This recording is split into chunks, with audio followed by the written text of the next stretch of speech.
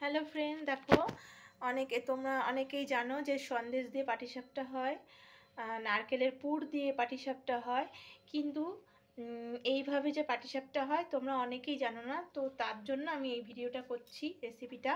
দেখো, এটা সুজি, এই যে সুজি, কাঁচা সুজি। তো এই সুজিটা আমি কড়াই গরম করে এই যে দিয়ে দিলাম,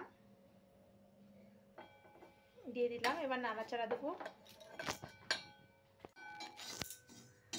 একটু সামান্য একটুখানি ভাজা করব সুজিটা। ভাজা করে আমি এর মধ্যে জল দিয়ে দেবো। তারপরে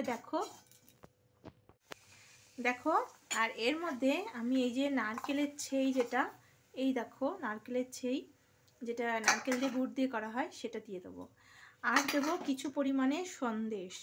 এই দেখো সন্দেশ, আমি এর মধ্যে কিছু পরিমাণে এরকম করে সন্দেশটা দিয়ে দেবো। খুব টেস্টি হয় খেতে।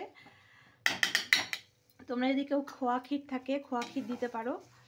তো এইভাবে এটা মিক্সড করব। আর একটু জল দিয়ে দেবো,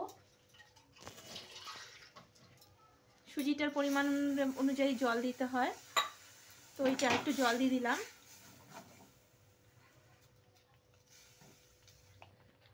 বন্ধুরা দেখো, এর মধ্যে আমি চিনির গুঁড়ো করা দিয়ে দেবো যাতে মিষ্টি হয়। তোমরা গুড় চাইলে গুড় দিতে পারো, যে যেরকম পারো। গুড় চাইলে গুড়েরটাও ভালো লাগে খেতে। তো এটা দেব। আর এর মধ্যে সামান্য পরিমাণে একটা এলাচ ফাটিয়ে দিয়ে দেবে। আর সামান্য একটু লবণ দিয়ে দেবো,